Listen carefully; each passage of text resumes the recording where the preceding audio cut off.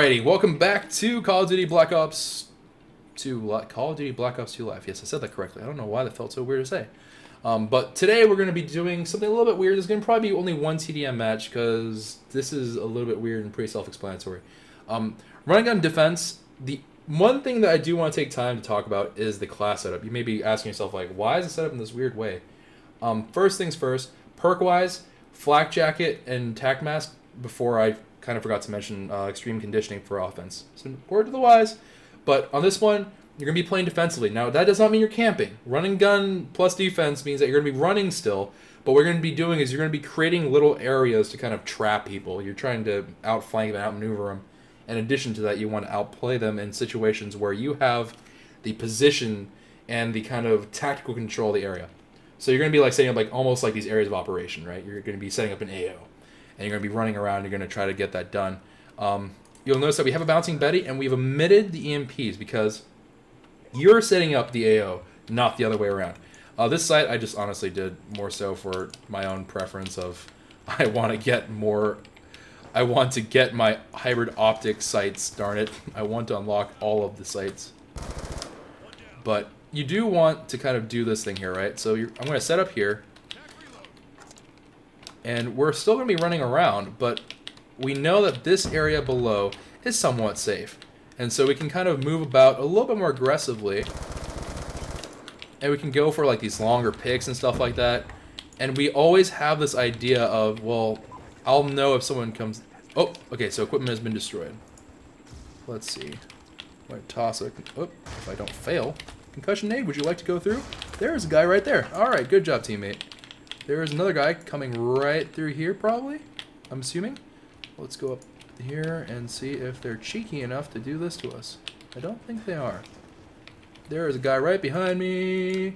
I'm amazed I'm not dead right now. Holy smokes. Holy smokes! Please, Tom Cruise! Take him and not me! Oh, no!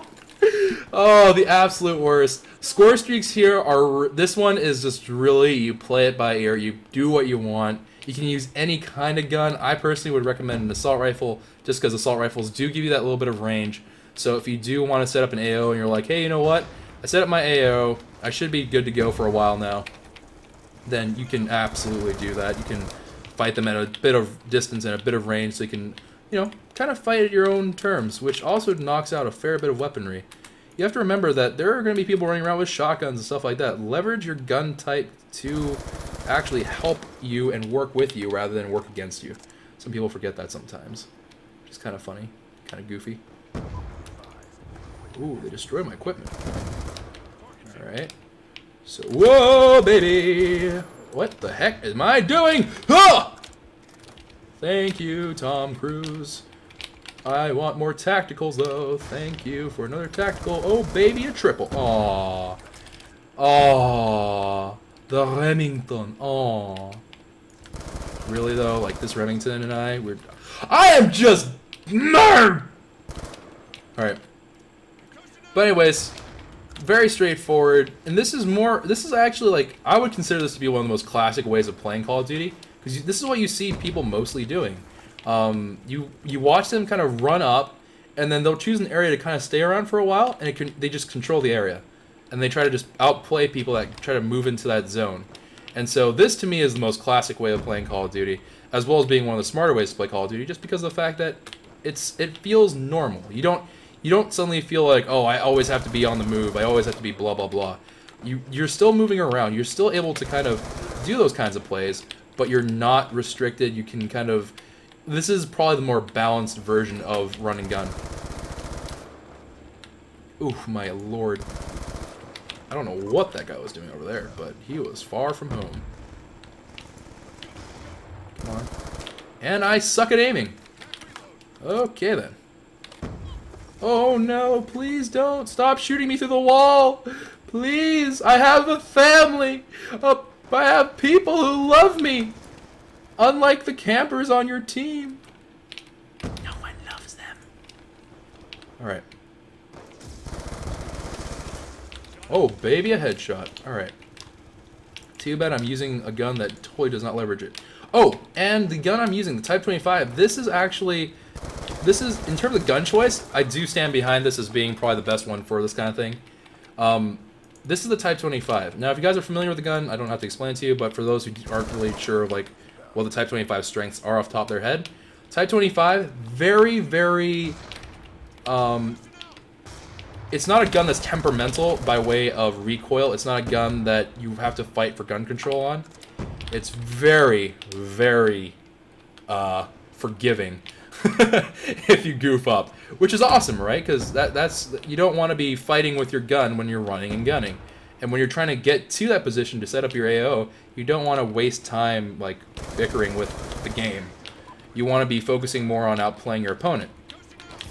So, always something to keep in mind. Oh baby, come on, walk on through, baby, come on. I know you know I'm here, so come on, don't be scared. Don't be scared.